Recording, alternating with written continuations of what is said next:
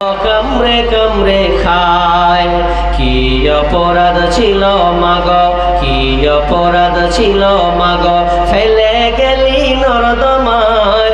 অবুঝ বলে কুকুর এখন কামড়ে কামড়ে খায় মাগ, কামড়ে কামড়ে খায়। নিজের সুখটাই ভাবলি রে মা, আমার কথা ভাবলি না। নিজের সুখটাই ভাবলি রে মা, আমার কথা ভাবলি না। জন্ম কেন দিলি রে তুই, আগে কেন বুঝলি না মা, আগে কেন বুঝলি না। অল্প সুখের মোহে ডুবে আনলি ধরার বুকে, অল্প সুখের মোহে ডুবে আনলি ধরার বুকে। তোদের সুখে বলি আমি কুকুর জীবের মুখে রে, কুকুর জীবের মুখে। লোক লজ্জায় ভয়ে রে মা, লোক লজ্জার ভয়ে রে মা, ভুললি আমার কথা। বিনা দোষে করলি দোষী, এই কি মানবতা রে, এই কি মানবতা। কি অপরাধ ছিল মাগ, কি অপরাধ ছিল মাগ, ফেলে গেলি নর্দমায়। অবুঝ বলে কুকুর এখন কামড়ে কামড়ে খায় মাগ, কামড়ে কামড়ে খায়। তুমি যদি জান্নাতে থাকতে চাও, রাবিয়া থাকবে, তবে একটা কাজ তোমাকে করতে হবে, বেশি বেশি করে সেজদা করতে হবে। তুমি যদি বেশি বেশি করে সেজদা করো রে রাবিয়া, তাহলে তুমি আমার সঙ্গে একসাথে জান্নাতে থাকবি। তাদের ইমানি চেতনা কেমন করে নবীর ইতাআত করছে দেখেন। আর আমরা কি করছি, নামের মুসলমান। নূর মোহাম্মদ খাতির একটা কথা বলে, by chance Muslim, by choice Muslim. By choice যারা করেছে তারা ইসলামকে ফলো করে, আর বাই চান্স মায়ের পেট থেকে এসেছি, মা মুসলিম বাপ মুসলিম, ওই জন্য আমার জন্ম হয়ে গেছে, আমার নাম আব্দুর রহমান হয়ে গেছে, কিন্তু আমি কাজে বাস্তবায়ন নেই। এটাকে বলা হয় কি, বাই চান্স, মানে হয়ে গেছে। তো এটা হলে তো হবে না, তাহলে আপনাকে কি করতে হবে, রাসূলের ইতাআত করতে হবে। ইতাআত করেছি, কোথায় ইতাআত করেছি? নবী যেটা বলেছেন সেটা গ্রহণ করো, যেটা নিষেধ করেছে ওটা ছেড়ে দাও। অথচ দেখবেন সমাজে দেখা যায় আপনার তাজিয়া দিয়ে বের হয়, তাজিয়া তাজিয়া যেগুলো ইসলামের কোন আর ভ্যালু নেই, অথচ দেখবেন ও নামাজ জীবনে বাপকালে পড়ে না। তাজিয়ার দিন খুব লোহা একদম তালুয়ার ফালুয়ার নিয়ে আর লাঠি নিয়ে ধুমধারাক্কা চলছে, বছরে একবার পেয়েছে। কোথায় এলো ভাই এগুলো? এটা রাসূলের ইতাআত হলো? নবী আপনাকে বলেছেন যে তোরা তাজিয়া বের করা, ঘুরা হুল্লুভাড্ডু কর, ন্যাংটা হয়ে ঘুরে বেড়া, এগুলো কেন? এটা প্রত্যাখ্যান করেন। আল্লাহ রাসূল বলেন হারাম, এগুলো কেন করবেন? পারলে আপনি আল্লাহ রাসূল যেগুলো আদেশ করেছেন সেগুলো আপনি মেনে চলুন, এগুলোকে বর্জন করার চেষ্টা করুন। 5 ওয়াক্ত নামাজ পড়ুন, রমজান মাসে রোজা রাখুন, হালাল ইনকাম করুন, সত্য কথা বলুন, তাহলে এগুলো হলো নবীর ইতাআত, নবীকে মানা হলো, নচেত এটা মানা হলো না। একটা গেল। দ্বিতীয় আর একটা কথা বলি, আমি আর দুটা আলোচনা করব। আমাকে আজ ভালো লাগে না, গলা বসে গেছে, খুবই করতে পারছি না। লাগাতার 9 দিন থেকে একই রকম, একটাও ফাঁক পাইনি। আমি একটা করে ফাঁকা রাখি, হাজারো রেট চাইলে দিন। তো আল্লাহ তাআলা কি বলছেন এবার দেখি আপনারা কেমন আজকে মেনে বাড়ি যাবেন, দেখবো আজকে হাত তুলা করাবো কিন্তু আজকে। আর হাত তুলা করে দোয়া করে দেবো, নাহলে বদদোয়া করে দেবো। দেখি আপনারা কেমন মানেন আজকে। কি আল্লাহ সুবহানাহু ওয়া তাআলা বলছেন, ইয়া আইয়ুহাল্লাযীনা আমানুত্তাকুল্লাহা ওয়া যারু মা বাকিয়া মিনার রিবা ইন কুনতুম মুমিনিন। এই আয়াত নাজিল হলো আপনার কিনা যখন আয়াত নাজিল হলো তার পূর্বে জাহিলিয়াতের মতন আপনার কিনা কার্যকলাপ, সুদের লেনদেন চলতো, সুদের কারবার ছিল। আয়াত নাজিল হলো ইয়া আইয়ুহাল্লাযীনা আমানুত্তাকুল্লাহা, হে ঈমানদারেরা তোমরা আল্লাহকে ভয় করো, আল্লাহকে ভয় করো, ওয়াজারু মা বাকিয়া মিনার রিবা, এবং তোমরা সুদের চক্রবৃদ্ধি হার, সুদ, বকিয়া সুদ যা আছে এগুলো তোমরা বর্জন করো, প্রত্যাখ্যান করো। আর আজকে সুদের ব্যাপারে বক্তব্য দিতে গেলে অনেকের মানুষের গায়ে জ্বালা ধরে, কিন্তু জ্বালা ধরলে কি হবে? আব্বাসের মতন সাহাবী দৌড়ে এসে যখন এই আয়াতটা শুনলেন, আব্বাস রাদিয়াল্লাহু তাআলা আনহু এসে বলছেন, ইয়া রাসূলুল্লাহ, ও দয়ার নবী গো, আমি এতদিন সুদের ব্যবসা করতাম, আজ থেকে আমি সুদের ব্যবসা করব না। আমি গরিবদেরকে অনেক টাকা পয়সা দিয়েছি, মানে সুদের বিনিময়ে। ও দয়ার নবী গো, আমি যত টাকা মূল টাকা যেটা গরিবকে দিয়েছি, ওই টাকাটা সুদ তো নেব না, সুদ তো নেব না, আমার মূলধন যে টাকাটা দিয়েছিলাম ওই টাকা পর্যন্ত আমি তাদের মাফ করে দিলাম। কারণ মুমিন যে হবে আল্লাহর কথা শোনার পরে সে আমল করবে। সুদ কত খারাপ জিনিস জানেন? হাদিসটা বলেন তো ভালো চমকে উঠবেন। অনেক আলেম ওলামা বলে হাদিসটা কি? হাদিসটা হচ্ছে আর রিবা সাবউনা হুবা আইসারুহা আইয়ানকাহা রাজুলু উম্মাহ। বিশ্বনবী বলছেন সুদের 70টি ভাগ আছে, তার মধ্যে এক প্রকার হলো যে ব্যক্তি সুদ খাবে রে, সে তার মায়ের সঙ্গে জেনা করার সমপরিমাণ সেই অন্যায় পাপ করল। ভালো করে শুনুন, সুদ কত খারাপ জিনিস। এই কথাটা এভাবে বুঝবেন না, একটু উদাহরণ দিব তো, দিল খালি গাল দিবেন তো দিয়েন গা, কিন্তু আপনার গায়ে জ্বালা ধরবে। উদাহরণ দিলে আপনি বুঝতে পারবেন। ধরলেন এটা কি গ্রাম গো? কেশবপুর না? কেশবপুর, হ্যাঁ। তো এই গ্রামে ধরলেন একটা ছেলের বিয়ে হবে, তো ছেলেটার যখন বিয়ে হবে তো ও এখন বহু খুঁজে বেড়েছে। কি খুঁজছে? বিয়ে করলে তো মেয়ে দরকার তো নাকি, বউ খুঁজবে। তো এখন ছেলেটা বিয়ে করবে এই জন্য মেয়ে খুঁজে বেড়ায়। আপনার ভুলকি মাদ্রাসা পর্যন্ত, করণদিঘি পর্যন্ত, আপনার গর্দান কাঠি পর্যন্ত সে ছেলে ঘুরে মেয়ে ঘুরে বেড়াচ্ছে। হলো না, লাস্টে ছেলেটা বলছে জাগার খুঁজতে হবে না, আমার তো মেয়ে দরকার। তো কি দরকার আছে? আমার মা তো নিজে ঘরে আছে, মাকে আমি বিয়ে করে নেব। আচ্ছা বলেন, লোকটা সমাজের কাছে খারাপ হবে কি হবে না? হবে। প্রত্যেকটা লোক ওকে গালি দেবে, ছিছি করবে, বেঈমান দেখ নিজের মাকে বিয়ে করলো, কতটা নোংরা, কতটা খারাপ। একটা মেয়ে ওই রকমই বলছেন আমিও একজন বিয়ে করব, বিয়ে করার জন্য একটা ছেলে দরকার। ওই মেয়েটা বলছে আমি আর ছেলে খুঁজতে গেলাম না, আমি আমার নিজের বাপকে বিয়ে করে নেব, এতে আমি সংসার করব। গ্রামের লোক ছিছি করবে, আহা কত বেঈমান, কত নিষ্ঠুর মহিলা, এত সব বদমাশ মহিলা আর পৃথিবীতে নাই যে নিজের বাপকে সে বিবাহ করেছে। এতে সবাই থুতু দিবে, লাঞ্ছিত হবে, ছি করবে। আমার আল্লাহ সাল্লাম বলছেন আর রিবা সাবউনা হুবা আইসারু আইয়ানকাহা রাজুলু উম্মা। যে ব্যক্তি সুদ খেলো রে, যে ব্যক্তি সুদ খেলো, সে তার মায়ের সঙ্গে জেনা করার সমপরিমাণ পাপ করল। বন্ধুরে, এরপর দেখবেন সুদের লেনদেন বাড়ছে না কমছে? বাড়ছে না কমছে? বাড়ছে। গ্রামে দিকে আছে আপনাদের বন্ধন লোন আছে? আমাদের মুর্শিদাবাদে 100-তে 100 বন্ধন লোন। মানে মেয়েরা ছেলেদেরকে দিবে না, মেয়েদেরকে। ওই জন্য ওটাকে বলি আমি বন্ধন লোন, ওটা যে বউ বন্ধক লোন। মানে বউকে বন্ধক দিয়ে দিলে তুই লিয়ে যা, হাট, যা ইচ্ছা তাই করবি। আর মেয়ে ছেলের কি ফ্যাশন রে, যেদিন টাকা দিতে যাবে আবার চিকনা শাড়ি। ওদের আবার ম্যাডাম আছে, আবার ম্যাডাম রেখেছে একটা করে ম্যাডাম। তো 5জন-7জন হয়ে একটা গোল হয়ে বসে না, বসে একত্রিত হয়ে একটা গুঠি করে টাকা দেয়।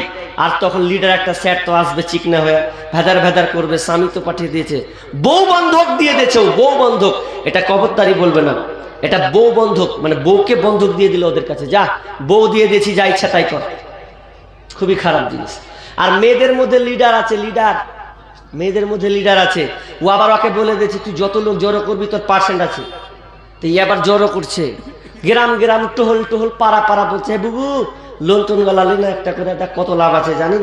একটা মেয়ে ধরে নেন, আর কানের নেই, কানের ফুটা আছে, মানে নিমের ডাল ভরা আছে, খিল বলি আপনার, খিল ডাল ভরা আছে ওর কানে। আর ও আপনার ওই মহিলাটা আপনার ওই নানি কি করছে, কল টিপছে এরম করে, তো কানে কিছুই নাই, তো ওই ম্যাডাম চলে এসছে, তো বলছে এই বুবু তোমার কান কেনে, কি ব্যাপার, নিমে ডাল যে ভরা আছে, তো একটা সোনা গলা পড়তে পারো না? তো বলছে এই সোনা কি করে পড়বো, আমার মরদটা যে পারে না জি, হ্যাঁ আমার স্বামী যে পারে না, গরিব কি করবে, কেমন করে দিবে, ওই লেগে আমার নিমে ডাল ভরে আছি। বলছে এই জুগার আছে, তুমিও বানাতে পারবে? বলছে তুমি একটা কাজ করতে পারবে কি? তো কাজটা হচ্ছে এটা করতে হবে যে তুমি সপ্তাহ সপ্তাহ 200 টাকা করে দিতে পারবে না? বলছে দিতে পারবো না, আমার গরুতে প্রতিদিন 4 কেজি 5 কেজি করে দুধ দিচ্ছে, ডিমও পারছে মুরগিতে, 200 টাকা করে দিতে পারবো না? পারবো। তাহলে এক কাজ করিও, ওই 2 ঘন্টা জিনিস নিয়ে যাবে, একটা আধার কার্ড আর একটা ভোটার কার্ড।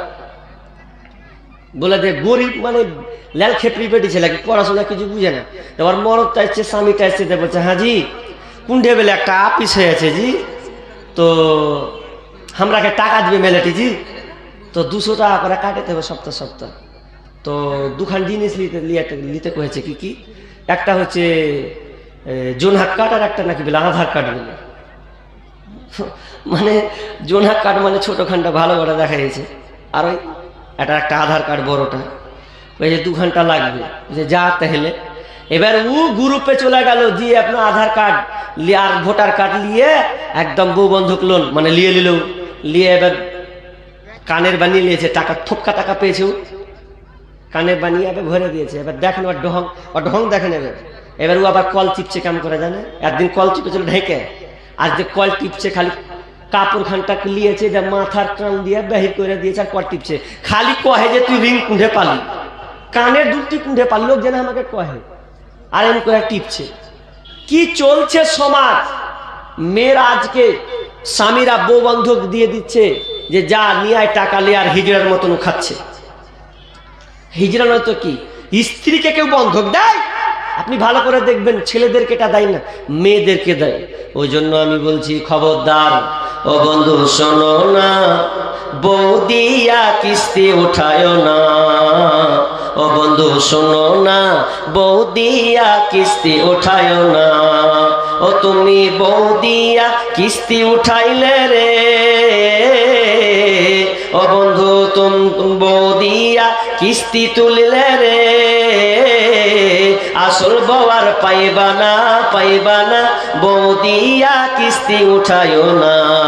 ও বন্ধু শোনো না, বউ দিয়া কিস্তি উঠায় না। ও তুমি বউ দিয়া কিস্তি তুলিলে রে, ও তুমি বউ দিয়া কিস্তি উঠাইলে রে, ওই স্যারের জায়গা হবে তোমার জায়গা মিলবে না, মিলবে না, বউ দিয়া কিস্তি উঠায় না। ও বন্ধু শোনো না, বউ দিয়া কিস্তি উঠায় না। ও তুমি বউ দিয়া কিস্তি তুলিলে রে, ও তুমি বউ দিয়া কিস্তি উঠাইলে রে, আসল বউয়ার পাইবা না, পাইবা না, বউ দিয়া কিস্তি তুলিও না। ও বন্ধু শোনো না, বউ রাখিয়া কিস্তি তুলিও না। ও তুমি বউ দিয়া কিস্তি উঠাইলে রে, ও তুমি বউ দিয়া কিস্তি উঠাইলে রে, বউয়ের স্যান্ডেল খুঁজে পাইবা না, পাইবা না, বউ দিয়া কিস্তি উঠায়ও না। ও বন্ধু শোনো না, বউ দিয়া কিস্তি উঠায়ও না। কত যে পালালছে কিস্তি দিতে দিতে ঠিক নাই। সোশ্যাল মিডিয়ায় দেখবেন ওকে লিডার করে দিয়েছে, ও আর পালায়নি, সুন্দরী মহিলা বিবিকে দিয়ে দিয়েছে ওই স্যারের কাছে। স্যারের কাছে চা খান, এই খান, সেই খান, ঘর চলেন, বাড়ি চলেন, স্বামী আপনার বিদেশে আছে, লিয়ে হাওয়া কিস্তি উঠা দিবেন। কত সমাজ নোংরা। আজকে কিস্তির দিন হার এমন ভাবে বাড়ছে, প্রত্যেক দিন বাড়তেই চলেছে। বলেন কিস্তি কমেছে, লোন কমেছে, বরং বাড়ছে। কত আলেম এলো আর গেল, আমি বললাম, তারপরে বলবে, তারপরে আরো বলবে, কত আলেম বলে মরে গেছে, নাই, এরপরে কিস্তি বন্ধ হয় নাই। তাহলে আপনি ইসলামকে কতটুকু ফলো করলেন? আল্লাহকে আপনি কিভাবে মানলেন? রাসূলের ইতাআত আপনি কিভাবে করলেন? অথচ বললেন খবরদার সুদ নিও না, সুদ জেনা ভয়ঙ্কর। অনেক পোশাখা আছে সুদের, তো নিম্ন শাখা মায়ের সঙ্গে জেনা করার সমান। এরপরে আমরা কিস্তি নিচ্ছি, সুদ নিচ্ছি, ঘুষ করছি। ভাই এগুলো ছেড়ে দে। এবার চলেন, আমি আর সুদের ব্যাপারে বললাম না, বাড়িতে গিয়ে খাটাবেন, বুদ্ধিটা ভাববেন সুদ কত খারাপ জিনিস। এবার চলেন, আল্লাহ সুবহানাহু ওয়া তাআলা বলছেন লা তাকরাবুজ জিনা ইন্নাহু কানা ফাহিশাতাও ওয়া সাআ সাবিলা। আল্লাহ সুবহানাহু ওয়া তাআলা বলছেন ওয়ালা তাকরাবুজ জিনা ইন্নাহু কানা ফাহিশাতাও ওয়া সাআ সাবিলা। আল্লাহ বলছেন খবরদার তোমরা জেনার নিকটবর্তী হবে না, জেনার ধার কাছে তোমরা যাবে না, কারণ এই জেনাটা এত খারাপ, এত নোংরা। যদি কেউ চলে যায় এটা একটা নিকৃষ্ট পথ, কেউ যদি একবার পা ফেলে দেয় তাহলে সরাসরি সে ফিরে আসতে পারবে না। কোরআন কিন্তু এখানে বলেনি যে তোমরা জেনা করিও না, বলেনি। কোরআন বলেছে ভাষা দেখেন, কোরআন বলছে জেনার নিকটবর্তী, ওর ধারে কাছেই যাই না, গেলেই ভেজালে পড়ে যাবে। একটা মেয়ে যদি একবার চোখ মারে তোর রাত ঘুম হারাম। খালি ভালো মেয়ে যদি একবার চোখ মারে তো ভাববে কার বেটি ছিল, ঘুম কেড়ে নিলে হবে, নাম্বারটা জড়ো করতে পারলে হয়, ওর নিন হারাম। তো ওখান থেকে জিনার শুরুয়াতটা ওইভাবে হয়, আস্তে আস্তে গিয়ে ওই কথা হ্যান নাম্বার টাম্বার ট্যান ট্যান করতে করতে করতে শেষে ভ্যানিশ। জেনা কত নোংরা, আসলে আমাদের ইমানই দুর্বলতা, ইমানের মধ্যে পোকা লেগে আছে। অথচ একটা লোক, একজন ব্যক্তির কথা বলবো, একজন বন্ধু, একটা ভাইয়ের গল্প বলবো আপনাকে। গল্পটা আছেন আল্লাহকে নেক বান্দে, এই বইটা খুলে দেখবেন, ওখানে একটা ঘটনা আছে বন্ধুরে। যারা তোমরা যুবক ভাই আছো তোমরা ভালো করে শোনো, যারা তোমরা যুবক মহিলা আছো বোন, তোমাদের জন্য এই ঘটনাটা কাজে লাগবে। একজন যুবক, তিনি একজন সফরে আপনার বিদেশে পড়াশোনা করছে। লোকটা, ওই যুবকটা খুব ইমানদার ছিল, খুব ইমানদার একজন যুবক ছিল। সেই যুবকটা বিদেশে পড়াশোনা করতে গেছে। আর একজন মহিলা আপনার কিনা বাসে যাতায়াত করে, স্কুলে পড়াশোনা করে। মেয়েটা স্কুলে পড়াশোনা করে, কিন্তু যখন মেয়েটা স্কুলে পড়াশোনা করে একদিন হঠাৎ করে ওই মেয়েটার বাসটা কোনো রকমে ছুটে যায়। আগের জামানার এইরকম কোনো আপনার নিয়মিত বাস ছিল না যে একটা গেল আর একটা পাবো, টোটো ডাকলে টোটো পাবো, এরকম না। চারদিকে অন্ধকার, সন্ধ্যা হয়ে গেছে। মেয়েটা টুকরে টুকরে কাঁদছেন, কিভাবে আমি বাড়ি যাব, কোনো তো যানবাহন নাই। মেয়েটা খুব কান্নাকান্নি করে, আহারে আমি হয়তো আর আজকে বাড়ি যেতে পারবো না, আমার বিপদ হবে। তো ছেলেটা দূর থেকে দেখছে মহিলাটা কান্না করছে। মেয়েটাকে জিজ্ঞাসা করা হলো, বোন কেন তুমি কান্না করছো বলো। তো মেয়েটা বলছে, ভাই রে আমি প্রতিদিন আমি স্কুল আসি এখানে, আমার বাসটা আজকে ছুটে গেছে, পাচ্ছি না কিভাবে বাড়ি যাব, সন্ধ্যা হয়ে গেছে, আধা রাত্রি হয়ে গেছে, তো কি করা যায়। এই জন্য মেয়েটা কান্না করছে। আর ছেলেটা ভাবছে মেয়েটাকে যদি ছেড়ে দিই তাহলে কেউ হয়রানি করবে, অনেক কিছু হতে পারে, মেয়ে মহিলা বলে কথা। তখন যুবকটার মায়া হলো, তখন যুবকটা মহিলাকে বলছে, বোন একটা কাজ করি, চলো আমার একটা ভাড়া বাড়ি আছে, ওই ভাড়া বাড়িতে তুমি আমার সঙ্গে থাকবে, আমি তোমাকে ব্যবস্থা করে দেব, সকাল হলে তোমাকে তোমার স্কুলে পৌঁছে দেব। তখন মহিলাটা বলছে ঠিক আছে, অন্তত জানটা তো বাঁচাই, চলেন যায়। এবার ওই যুবকটা মহিলাটাকে নিয়ে চলে গেল বাসায়। নিয়ে যাওয়ার পর সুন্দর করে বিছানা বিছিয়ে দেওয়া হলো, খাবার আপ্যায়ন করা হলো, খাবার খাচ্ছে, খাবার কমপ্লিট হলো। এরপরে ঘুমিয়ে গেল, ছেলেটাও ঘুমিয়ে গেছে, রাত গভীর হয়ে গেছে। শয়তান ওখানে ওয়াসওয়াসা ঢুকাতে শুরু করেছে। শয়তান বলছে, পাগল রে, যৌবন ভরপুর তোর যৌবন, একটা সুন্দরী মহিলা পেয়েছিস, মহিলাটার সঙ্গে যা, তার সঙ্গে জেনায় লিপ্ত হয়ে যা, তাকে ভোগ করে নে, এরকম অফার তুই পাবি না, বিনা পয়সায় তুই পেয়েছিস ঘরে রে, যা যা যা যা। শয়তান বারবার ছেলেটাকে ওয়াসওয়াসা করছে, ভাইটাকে বন্ধুকে ওয়াসওয়াসা করছে। এ করতে করতে করতে করতে মন মানে না। ছেলেটা ছিল অ্যাকচুয়ালি ইমানদার একজন ছেলে। তখন ছেলেটা উঠে সহ্য করতে করতে না পেরে একটা চেরাগ হাতে নিয়েছে। চেরাগ হাতে নেওয়ার পর যখন চেরাগটা হাতে নিয়েছে, এবার আপনার কিনা কাঠি দিয়ে ধরিয়ে দিল। ধরিয়ে দেওয়ার পর এক ধারে বসে গেল। তখন আবার শয়তান বলছে, যা যা কি এগুলো করছিস, কি জাজবা শুরু করেছিস? একটা যুবতী মহিলাকে কেউ ছাড়ে, তোর কেউ কিছু করতে পারবে না, একবার উপভোগ করে নে, তাকে ভোগ করে নে। বারবার শয়তান বলে। তখন চেরাগটা জ্বলিয়ে একটা আঙুল প্রথমে চেরাগের উপরে ধরিয়ে দিল। ধরিয়ে দেওয়ার পর বলছে, আঙুল রে বল বল, তুই কি পারবি জাহান্নামের আগুন সহ্য করতে? সামান্য তুই একটা চেরাগ সহ্য করতে পারিস না, এটা নিয়ে তুই আঙুলটাকে বারবার টানছিস। তুই এটাই যদি না পারিস তো জাহান্নামের আগুনে তুই কিভাবে জ্বলবি রে বল? তুই কি পারবি জাহান্নামে জ্বলতে? সামান্য প্রদীপ চেরাগটাই যদি তুই না পারিস তো কি করে তুই মেয়েটার কাছে যাবি? তুই যদি জাহান্নাম সহ্য করতে পারিস তো যা মেয়েটার কাছে যা। নিজে নিজে নিজে নিজে বলছে। একটা আঙুল খুললো। আবার শয়তান বলছে, যা যা এগুলো নাটক করিস না, এরকম সুযোগ পাবি না, পাবি না। আবার দ্বিতীয় আঙুল ফেললাম। এইভাবে করতে করতে একটা নয়, দুইটা নয়, পাঁচটা নয়, 10টা আঙুল পর্যন্ত পুড়িয়ে দিয়েছে, পুড়ে গেছে। কেন কেন কেন? তার যৌবনটাকে বাঁচানোর জন্য, শয়তানের অসুয়া থেকে বাঁচার জন্য, মেয়েটার ইজ্জত রক্ষা করার জন্য শয়তানের ফাঁদে পড়ার পর 10টা আঙুল পুড়িয়ে দিয়েছি। এই করে করে করে রাত্রি অতিবাহিত হয়ে গেল। ফজরের সময় হলো, নামাজ কালাম হলো, খাওয়া দাওয়া হলো। এরপর মেয়েটাকে আপনার স্কুলে পৌঁছে দেবে। মেয়েটা কিন্তু ঘুমায় নাই, আলগা বাড়ি বলে। সে মনে মনে মনে দৃশ্যগুলো দেখেছে, আহারে ছেলেটা নিজে 10টি আঙুলকে কেন পুরাচ্ছে। এই বলে সকাল নিয়ে গেল। মেয়ের গার্জেনরা কান্নাকানি করছে, মেয়ে তুই কোথায় ছিলে বল, খুঁজে পাচ্ছি না।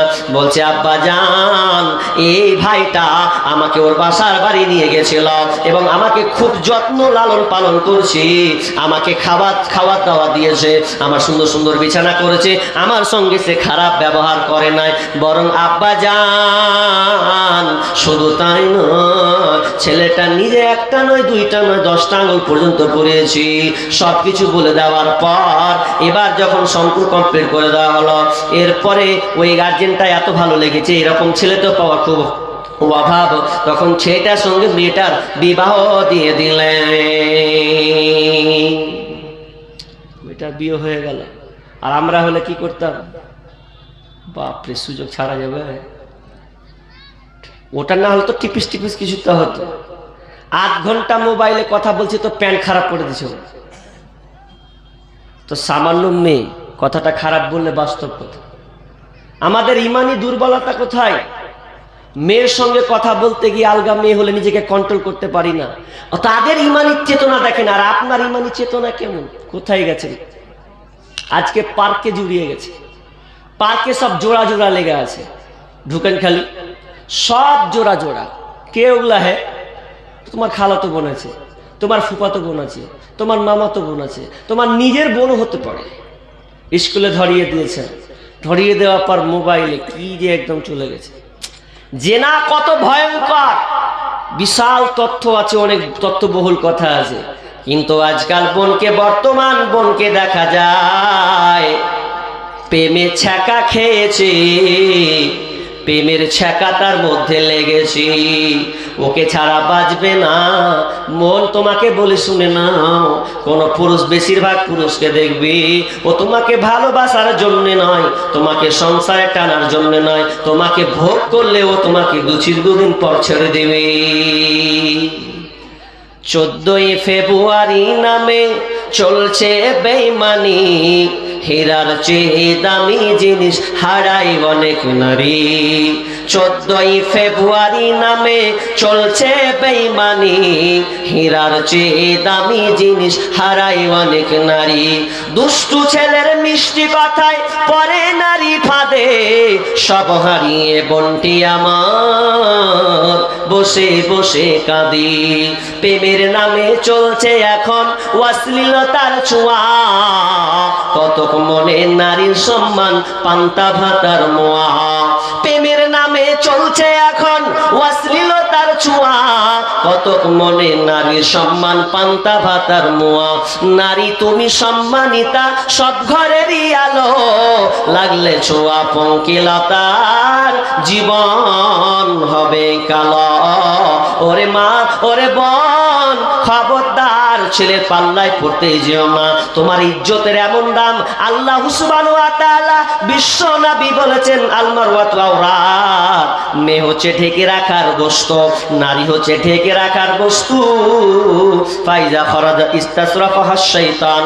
বিশ্ব নবী বলছেন, একটা মেয়ে যখন বের হয় ছেলের দৃষ্টিতে তাকে সৌন্দর্য করে ওঠে, সৌন্দর্য করে রাখায়। শয়তান ছেলের চোখে একদম সুন্দরী করে গড়ে ওঠা।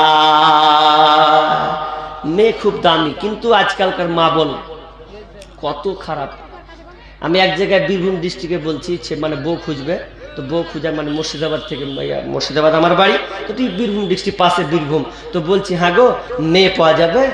বলছে মেয়ে পাওয়া যাবে, সব বুকিং হয়ে গেছে। পাবেন না মা গে মা। আমি বললাম মেয়ে পাওয়া যাবে, তো বলছে সব বুকিং হয়ে গেছে। কিভাবে?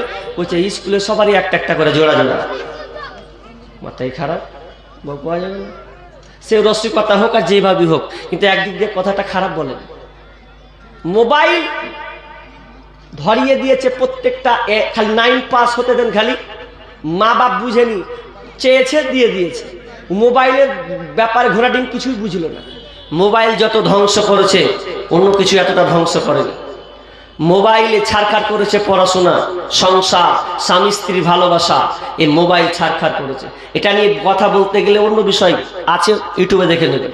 তাহলে কত খারাপ নোংরা জিনিস আজকে মোবাইল দিয়ে দিয়েছেন। প্রেম প্রীতি লীলা খেলা চলছে, আর এই করতে স্বামী স্ত্রী ভালোবাসা হতে হতে হতে মানে ছেলে মেয়ের সম্পর্ক করতে করতে করতে করতে করতে করতে করতে এমন সম্পর্ক হয়ে গেছে যে বিয়ের আগে মানে প্রেগনেন্ট হয়ে গেছে। বিয়ের আগে প্রেগনেন্ট, পেটে বাচ্চা। এখন ওই মেয়েটা কি করবে, জান দিবে না কি করবে? ছেলে তো বলছে ভাই তো কে বিয়ে করবে, বিয়ে করবে না। তখন মেয়েটা কি করছে, কিছু করার তো নেই। সোশ্যাল এবিসি নিউজ বলছে প্রত্যেক বছর 5 লক্ষ শিশুকে হত্যা করা হয়। কত বললাম? 5 লাখ। 5 লাখ শিশুকে হত্যা করা হয়। আপনি গুগলে সার্চ দেন, এবিসি নিউজ খুলুন, এটা 1 বছর আগে দেখেছি আমি। তো 5 লক্ষ শিশু হত্যা করা হয়। কেন? কে হয়তো ছেলে সন্তান নেবে না, কে বিয়ের আগে প্রেগনেন্ট হয়ে গেছে, পেটে বাচ্চা চলে এসেছে, তো মা কি ওই বোন কি করবে? লজ্জায় মুখে বাচ্চা। কি অপরাধ ছিল মাগো ফেলে গেলি নর্দমায়, অবুঝ বলে কুকুর এখন কামড়ে কামড়ে খায়, মাগো কামড়ে কামড়ে খায়। কি অপরাধ ছিল মাগো, কি অপরাধ ছিল মাগো ফেলে গেলি নর্দমায়, অবুঝ বলে কুকুর এখন কামড়ে কামড়ে খায়, মাগো কামড়ে কামড়ে খায়। নিজের সুখটাই ভাবলি রে মা, আমার কথা ভাবলি না। নিজের সুখটাই ভাবলি রে মা, আমার কথা ভাবলি না। জন্ম কেন দিলি রে তুই, আগে কেন বুঝলি না মা, আগে কেন বুঝলি না। অল্প সুখের মোহে ডুবে আল্লি ধরার বুকে, অল্প সুখের মোহে ডুবে আল্লি ধরার বুকে। তোদের সুখে বলি আমি কুকুর জীবের মুখে রে, কুকুর জীবের মুখে। লোক লজ্জার ভয়ে রে মা, লোক লজ্জার ভয়ে রে মা বললি আমার কথা। বিনা দোষে করলি দোষী, এই কি মানবতা রে, এই কি মানবতা। কি অপরাধ ছিল মাগো, কি অপরাধ ছিল মাগো ফেলে গেলি নর্দমায়, অবুঝ বলে কুকুর এখন কামড়ে কামড়ে খায়, মাগো কামড়ে কামড়ে খায়। একজন রাইটার এটার ব্যাখ্যা করছেন, লিখতে গিয়ে বলছেন, যারা বিয়ের আগে প্রেগনেন্ট হয়ে বাচ্চাকে ফেলে দেয় নর্দমায়, আপনার কিনা আবর্জনাতে ফেলে দেয়। তিনি গল্পটা লিখছেন, আমি কান্না থামতে পারিনি। এটা এত সুন্দর করে লিখেছেন। মা বোন তুমি ভালো করে শুনে নাও, যারা তোমরা এখনো জিনায় জর্জরিত হয়েছো, মা এখনো তোমরা জিনায় লিপ্ত হয়েছো, প্রেমের নামে তোমরা নোংরামিতা শুরু করেছো। বোন তোমাকে বলি শোনো, তখন তোমার পেটে যখন বাচ্চা চলে আসবে তখন তুমি হাই হুতাশ করো, তখন তুমি সন্তানটাকে ফেলে চলে আসো তোমার লজ্জাকে ঢাকার জন্য, তোমার ইজ্জতকে বাঁচানোর জন্য। তুমি কি তখন ভাবো না? ওই লেখক রাইটার লিখছেন যখন 14ই ফেব্রুয়ারি নামে যখন এলো, কত যে আছে 14ই ফেব্রুয়ারি আসতে দেন, ভ্যালেন্টাইন ডে আসতে দেন, দেখেন কি লীলা খেলা শুরু হয়। প্রত্যেকটা জায়গায় জোড়া জোড়া জোড়া জোড়া লেগে থাকবে, আপনার কিছু করার থাকবে না, কারণ পরিবেশটা হয়ে গেছে এরকম। তো একজন লেখক বলছে যখন বাচ্চাটাকে ফেলে চলে আসলো, আবর্জনাতে ফেলে আসলো, ওই বাচ্চাটা কান্না শুরু করে দিয়েছি, যে বলছে মা তুমি আমাকে ফেলে এলে গো মা, আমি তোমাকে ওই সময় খুঁজাখুঁজি করছিলাম গো মা, আমি তোমাকে খুব খুঁজছি, আমার মুখের ভাষা নাই, মা বলতে পারে না যে মা বলে তোমাকে ডাকবো, বরং আমি কান্না শুরু করেছি, মা বলতে পারছি না, কান্না আমার চোখ দিয়ে আসছে, আমি চিৎকার করে বলছি, তার মানে আমি তোমাকে ডাকছি গো মা, কিন্তু তোমাকে আমি পেলাম না, তোমার সারা কোনোদিন আমি পেলাম না, সংসার পেলাম না তো পেলাম না। একটা কুকুর আমার সামনে আসলো, কুকুরটা এসে আমাকে আসার পর আমাকে টাচ করতে লাগলো, আমি ভাবলাম হয়তো কুকুরটা মা তোমার কাছে নিয়ে যাবে, এই জন্য আমি একটা শান্ত হয়ে গেলাম, কিন্তু না গো মা, এটা তো নয়, বরং কুকুরটা আমাকে কামড় নিয়ে একটি জায়গায় নিয়ে চলে গেল গো মা। 7টা কুকুর একত্রিত হয়েছে, সবাই আমার শরীরকে খণ্ড বিখণ্ডিত চিড়ে ফেলে দিল, রক্ত ভুটি সব বেরিয়ে আসলো, আমার মাথাটাকে শরীর থেকে আলাদা করে দিল গো মা, করে দেওয়ার পর আলাদা হয়ে গেছে গো মা, আমার মাথাটাকে নিয়ে 2-3টা কুকুর ছিঁড়াছিঁড়ি শুরু করেছে, আমার খুব কষ্ট হচ্ছিল গো মা, আমার এতটা কষ্ট হচ্ছিল যে আমার প্রাণ পাখিটা ওই সময় উড়ে গেল, আমি ঠান্ডা হয়ে গেলাম গো মা। মা তুমি শোনো, তুমি প্রেমের ছাকাই খেয়েছ, প্রেমের নামে জিনার নামে তুমি আমাকে জন্ম দিয়েছো, তখন তো তুমি একটু ভাবনি, যাকে তুমি প্রেমিক বলেছো, প্রেমিক বলে তুমি জায়গা দিয়েছো, সে তোমাকে প্রতারণা দিয়েছে গো মা, ও ভুল করেছে, কিন্তু আমি কি ভুল করেছিলাম গো মা, আমার কি অপরাধ ছিল যে তুমি আমাকে ফেলে চলে আসলে? ঠিক আছে গো মা, ঠিক আছে, বিচারের মাঠে একদিন দেখা হবে, দেখা হবে, দেখা হবে, সেদিন আল্লাহকে বলবো মাকে তুমি ক্ষমা করে দাও, আর যদি আল্লাহ জিজ্ঞেস করে তোমাকে কেন তুমি হত্যা করেছ, সেদিন মা তুমি কি জবাব দেবে বলো? 10 মিনিটের আবেগ মাগো, 5 মিনিটের মন, কে তুমি মা দেখতে দিলা না এই পৃথিবীর মুখ, জোর করে আসিনি ক তোর শরীরে আমি, পৃথিবীতে নাকি সন্তান হয় মায়ের কাছে দামি, তবে কেন সুখের ভুলে আমায় পেটে নিলা, সুখের শেষে কেটেছি রে আমায় ফেলে দিলা, একদিন তুমি আমার কাছে, একদিন তুমি আমার কাছে আসবে ঠিকই মাগো, কি বলবে আল্লাহর কাছে জমা করে রাখো, আমি তো বেঁচে গেছি, আমি তো বেঁচে গেছি, বেঁচে গেল মান, নইলে লোকে বলতো মরে অবৈধ সন্তান, একটু অবৈধ সুখ পেতে মা আমায় পেটে নিলে,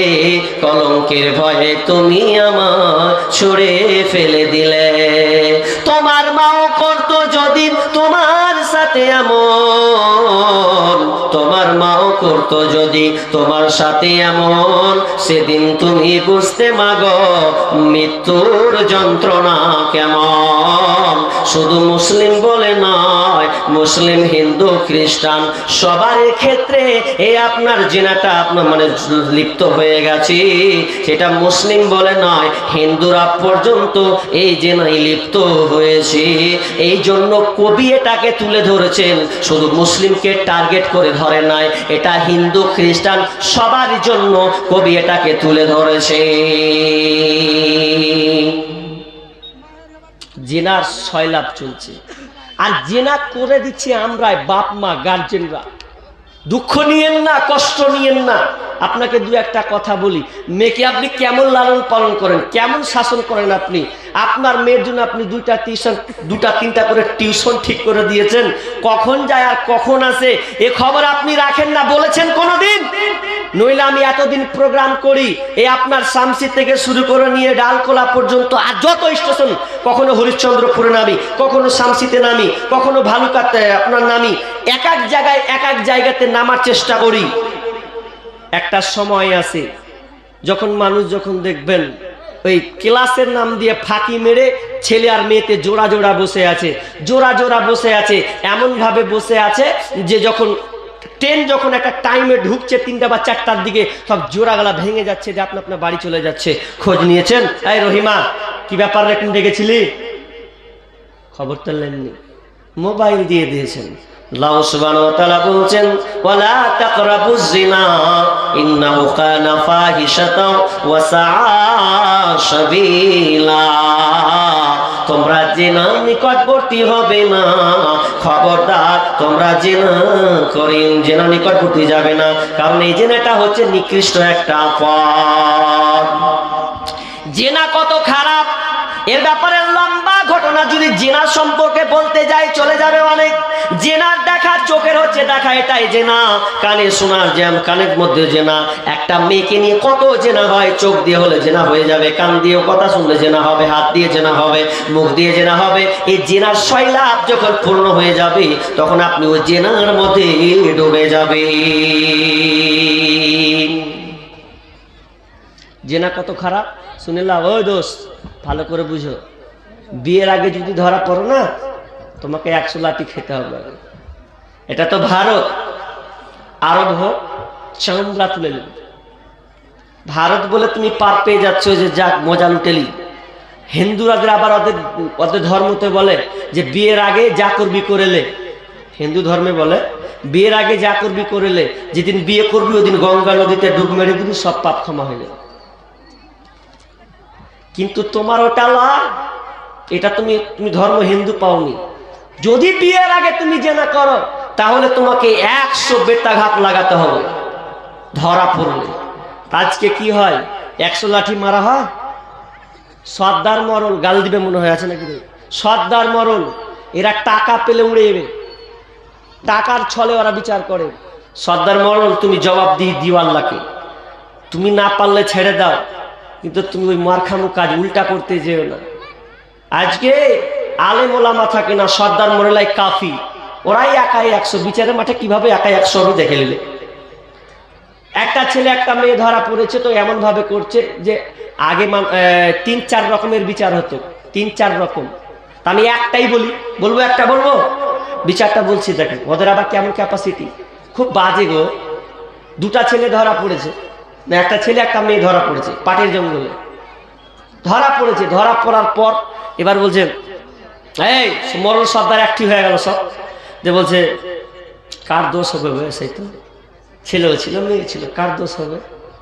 তখন একটা বিচার ঘুরেছে কিভাবে, বলছে ই কর, কিছু তো একটা করতে হবে।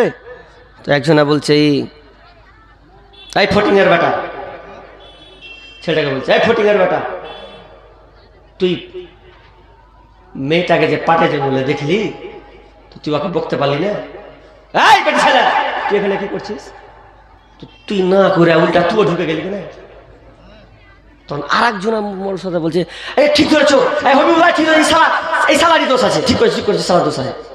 এই যখন দোষ আছে বলে দিলে, তখন বলছে সালাকে 80,000 ফাইন কর। কতটি কর? কতটি কথা বলেন, কতটি? 80,000 ফাইন কর। 80,000 যখন ওকে ফাইন করে দিলে, তখন 80,000 ব্যয় করতে হবে। 80,000 যখন ফাইন করে দিলে, এখন 80,000টা বের করতে হবে। কেন বের করতে হবে?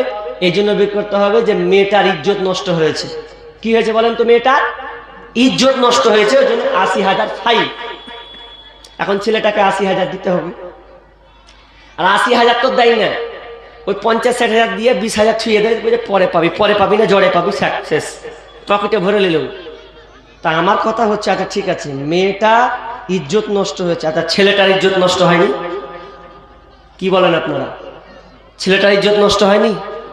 আচ্ছা ওই ফটিংয়ের বেটা যদি বিহা লাগে, যে ধরা পড়েছিল পাটের জঙ্গলে, বিহা যদি লাগে, আর যদি ভুল কি থেকে যদি দেখতে আসে আপনাদের গ্রাম, আর আপনাদের গ্রামে ফটিংয়ের বেটা যদি দেখতে আসে, আর যদি লক্ষ্য হয়ে যায় কাকে দেখতেছে না, তো ফটিংয়ের বেটাকে দেখতেছে, ইয়ে ছি ছি ছি ছি ছি ছি, সালা দুবার ধরা পড়েছে।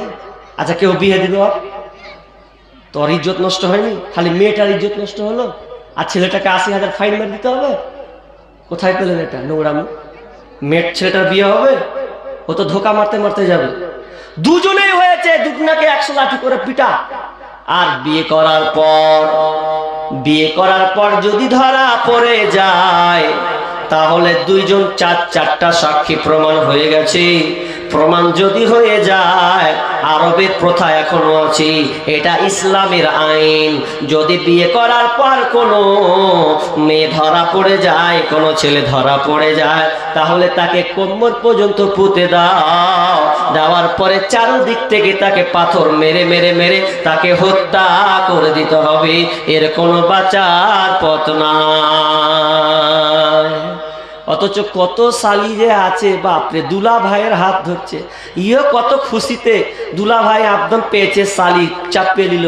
শাশুড়িকে কোচে জালসার দিন, হাজি মা বলছে কি কোচে, একে রহিমাকে লিয়ে যাবো কুন্ডে কোচে জালসা শুনতে। বাপরে, রহিমাকেও জালসা শুনতে নিয়ে যাবে?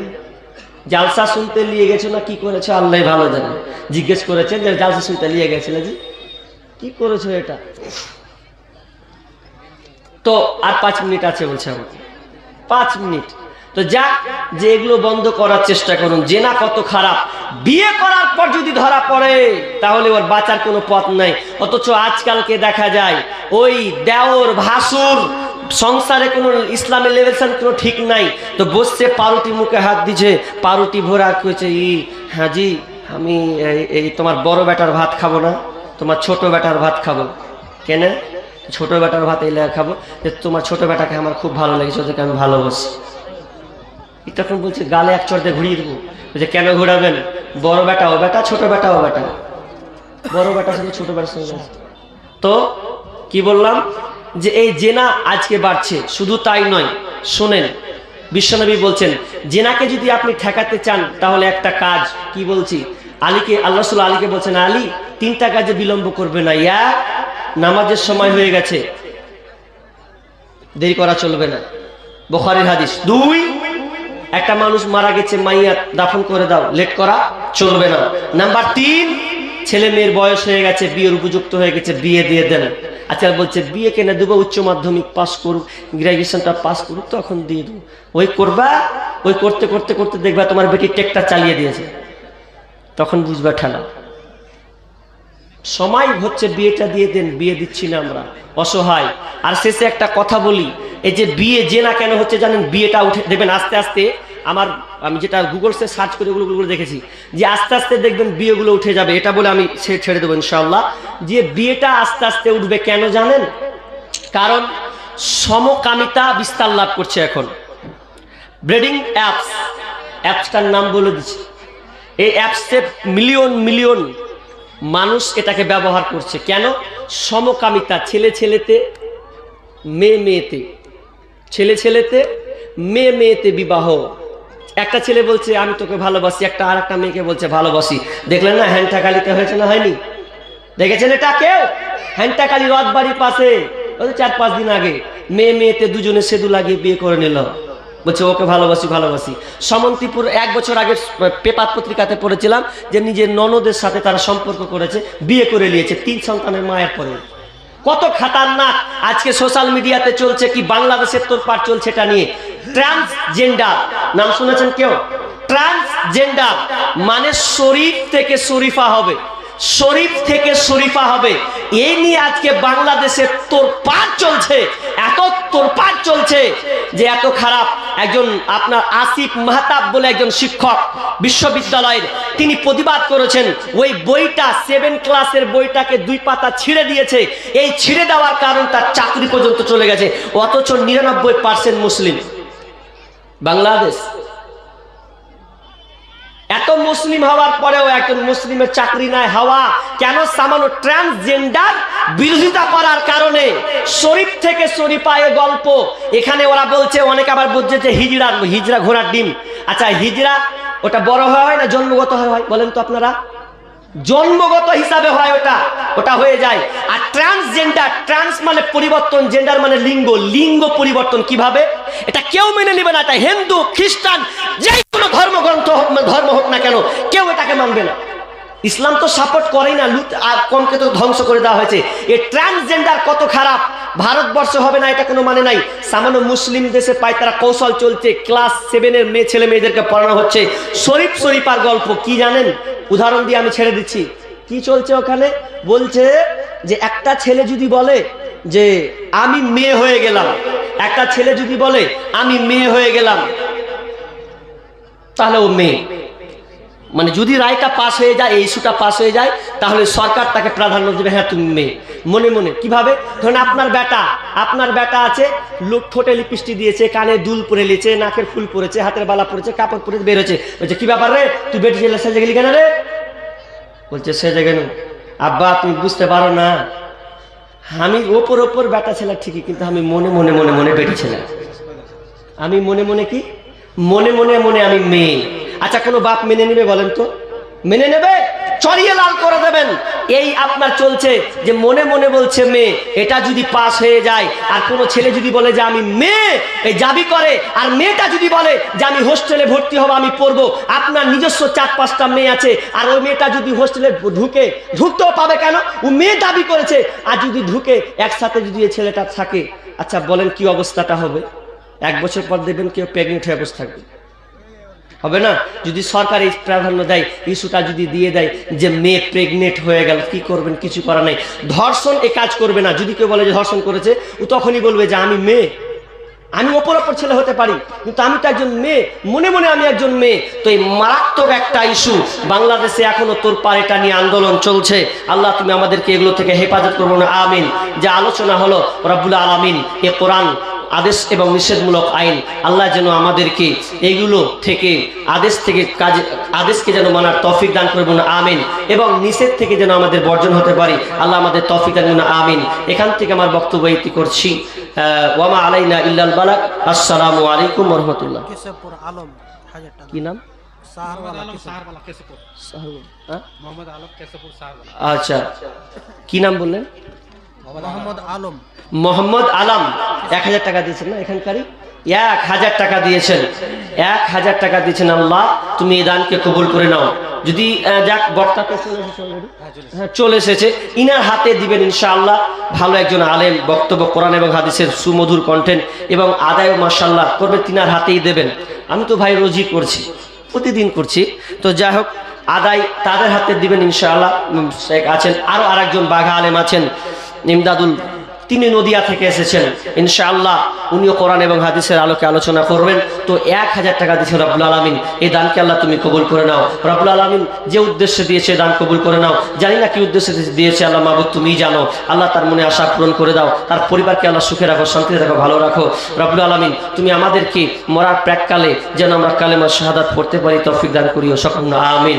এখান থেকে আমার বক্তব্য করছি। ওয়া মা আলাইনা ইল্লাল বালাগ। আসসালামু আলাইকুম ওয়া রাহমাতুল্লাহ।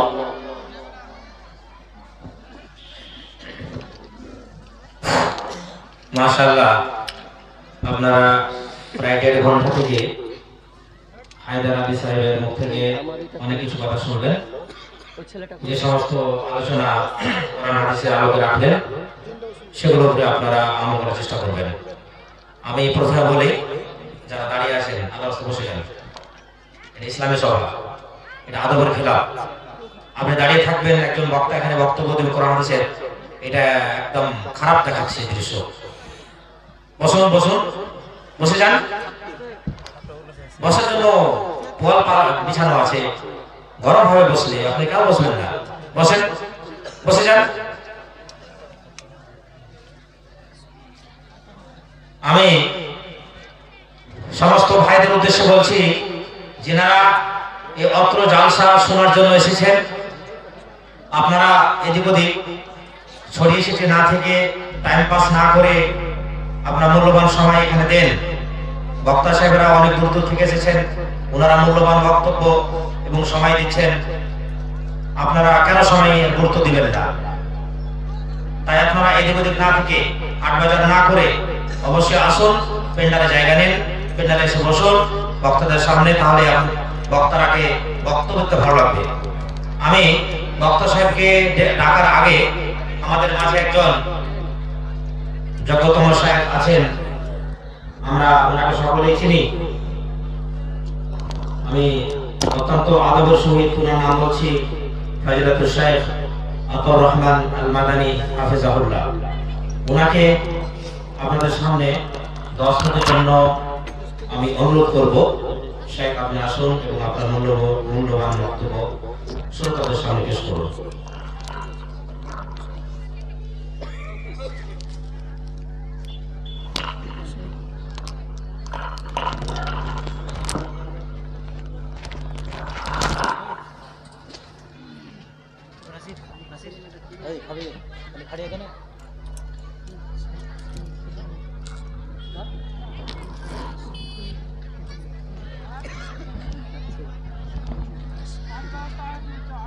السلام عليكم ورحمة الله وبركاته. الحمد لله والصلاة والسلام على رسول الله وعلى آله وصحبه أجمعين، أما بعد فأعوذ بالله من الشيطان الرجيم. بسم الله الرحمن الرحيم. والعصر إن الإنسان لفي خسر إلا الذين آمنوا وعملوا الصالحات وتواصوا بالحق وتواصوا بالصبر. وقال النبي صلى الله عليه وسلم عن أبي هريرة رضي الله تعالى عنه قال: مرة قال رسول الله صلى الله عليه وسلم: من يأخذ عني كلمات فيعمل بهن أو يعلم من يعمل بهن.